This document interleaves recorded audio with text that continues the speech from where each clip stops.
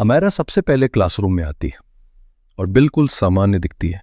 कुछ देर बाद उसकी फ्रेंड क्लासरूम में आती है। अमायरा उससे मिलती है। दोनों के बीच एक नॉर्मल स्कूल इंटरेक्शन जैसा दृश्य दिखाई देता है। इसके बाद अमायरा डांस क्लास में जाती है।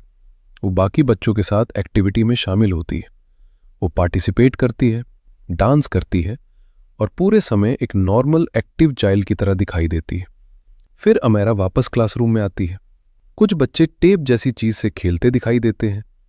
क्लासरूम में मटेरियल इधर उधर हैंडल होता दिखता है। सीजर जैसी चीज भी बच्चों के हाथों में दिखाई देती है। इसके बाद अमायरा के आगे बैठे बच्चे डिजिटल स्लेट निकालते दिखाई देते हैं। ये वही डिजिटल स्लेट है जो क्लासरूम में अलाउड नहीं होनी चाहिए थी। क्लासरूम के अंदर टीचर की मौजूदगी में बच्चे उसे निकालते हैं और उस पर कुछ लिखते दिखाई देते हैं। फिर वही डिजिटल स्लेट बार बार अमायरा को दिखाई जाती है। यहीं से अमायरा की बॉडी लैंग्वेज बदलनी शुरू होती है। जो बच्ची कुछ देर पहले नॉर्मल थी वही अब असहज दिखाई देने लगती है। वो अपनी सीट पर बैठी है, लेकिन अब उसका ध्यान पढ़ाई पर नहीं है। उसके चेहरे और जेस्चर्स में परेशानी दिखने लगती है। वो अनकंफर्टेबल है, एम्बैरस्ड है और उस सिचुएशन से बाहर निकलने की कोशिश करती हुई लगती है। कुछ बच्चे अमायरा के पास आते हैं। वे डिजिटल स्लेट को एक दूसरे को दिखाते हैं। उनकी बॉडी लैंग्वेज से ऐसा लगता है जैसे अमायरा को लेकर मजाक बनाया जा रहा हो। अमायरा इस दौरान बार बार डिजिटल स्लेट लेने की कोशिश करती दिखाई देती है। लगभग 1 घंटे तक ये सब चलने के बाद अमायरा पहली बार खुद क्लास टीचर पुनीता शर्मा के पास जाती दिखाई देती है। ये मोमेंट बहुत महत्वपूर्ण है। वो चुप नहीं रहती, वो अपनी बात रखने की कोशिश करती है। जिस डिजिटल स्लेट पर बार बार कुछ लिखकर उसे दिखाया जा रहा था, जिस वजह से वो परेशान और एम्बैरेस दिखाई दे रही थी, इस समय अमायरा की बॉडी लैंग्वेज साफ दिखाती है कि वो हेल्प चाहती है। वो चाहती है कि टीचर इस बात को रोके, लेकिन तभी अमायरा के आगे बैठा बच्चा भी टीचर के पास आ जाता है। वो अमायरा की तरफ इशारा करता है और क्लास टीचर से कुछ कहता दिखाई देता है। अब जिस बच्ची ने खुद कंप्लेन करने के लिए टीचर के पास कदम बढ़ाया था, उसी मोमेंट में बात फिर उसके ऊपर घूमती हुई दिखाई देती है। यहां अमायरा अकेली पड़ती हुई दिखती है। इसके बाद वही बच्चा फिर अमायरा की तरफ इशारा करता दिखाई देता है। वो दूसरे बच्चों से कुछ कहता है और फिर अमायरा दोबारा उन्हीं बच्चों की बुलिंग का शिकार होती दिखाई देती है। अमायरा अब फिर से क्लास टीचर पुनीता शर्मा के पास जाती है। वो टीचर की तरफ जाकर कुछ समझाने की कोशिश करती दिखाई देती है। उसकी बॉडी लैंग्वेज में एम्बैरेसमेंट साफ दिखता है। वो हाथ जोड़ती हुई भी दिखाई देती है, जैसे वो रिक्वेस्ट कर रही हो, जैसे वो कह रही हो कि मेरी बात समझिए, जैसे वो कुछ ऐसा बताना चाहती हो जिसे पूरी क्लास के सामने कहना उसके लिए बहुत मुश्किल हो। ऐसे सेंसिटिव मोमेंट में चाइल्ड सेफ्टी प्रोटोकॉल तुरंत एक्टिवेट होना चाहिए था। अमायरा को पीयर ग्रुप से अलग करके शांत जगह पर ले जाना चाहिए था। उसकी बात प्राइवेटली सुनी जानी चाहिए थी। क्लासरूम डिसिप्लिन रिस्टोर किया जाना चाहिए था और जरूरत पड़ने पर काउंसलर या सीनियर स्टाफ को इन्वॉल्व करना चाहिए था। लेकिन फुटेज में ऐसा कोई clear child safety protocol activate होता दिखाई नहीं देता। अमायरा फिर उसी क्लासरूम प्रेशर के बीच खड़ी दिखाई देती है और अमायरा की एम्बैरेसमेंट और बेचैनी और गहरी होती हुई दिखाई देती है। इसके बाद एक दूसरा बच्चा क्लास टीचर पुनीता शर्मा के पास जाता दिखाई देता है।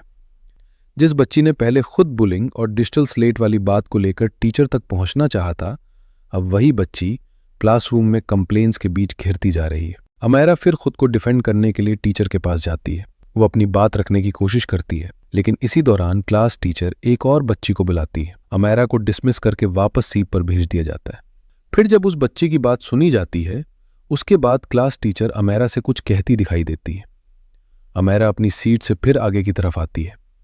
वो कुछ कहने की कोशिश करती है। उसकी बॉडी लैंग्वेज देखकर लगता है जैसे वो बार बार ये बताना चाह रही हो कि उसने कुछ नहीं किया, जैसे वो अपने ऊपर लग रही बात को डिनाई कर रही हो। लेकिन इस पॉइंट पर क्लासरूम का माहौल अमायरा के खिलाफ जाता हुआ दिखाई देता है।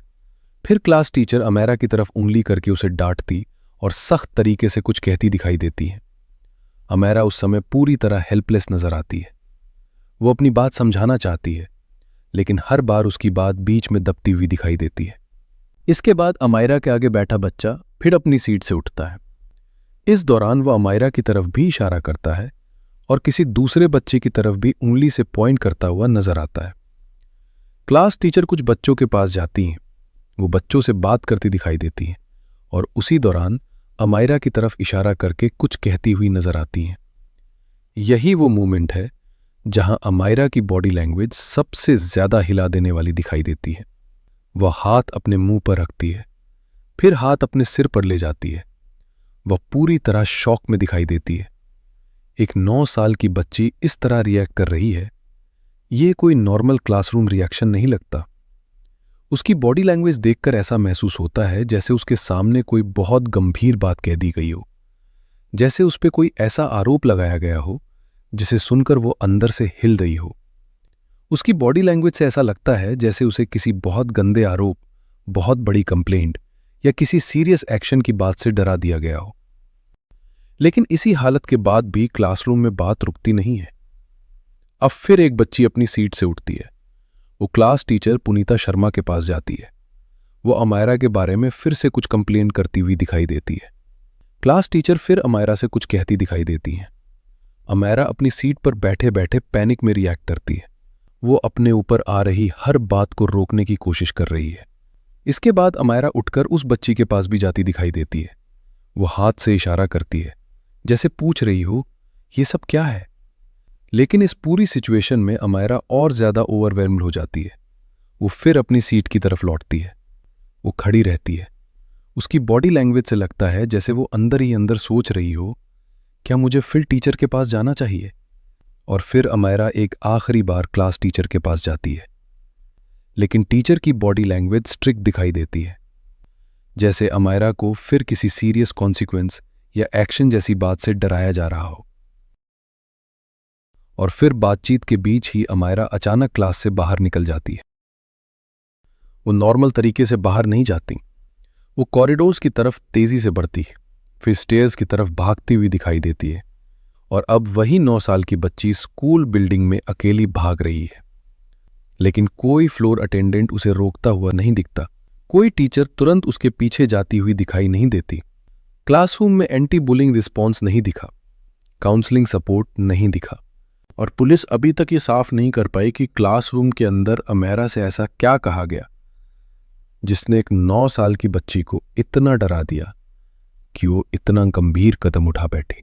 एक डरी हुई 9 साल की बच्ची ग्राउंड फ्लोर से 4th फ्लोर तक पहुंच जाती है। ये एक प्रिवेंटेबल इंसिडेंट था, लेकिन नीरजा मोदी स्कूल की गंभीर लापरवाही, फेल्ड सुपरविजन और चाइल्ड सेफ्टी सिस्टम फेलियर की वजह से अमायरा को अपनी जान गंवानी पड़ी।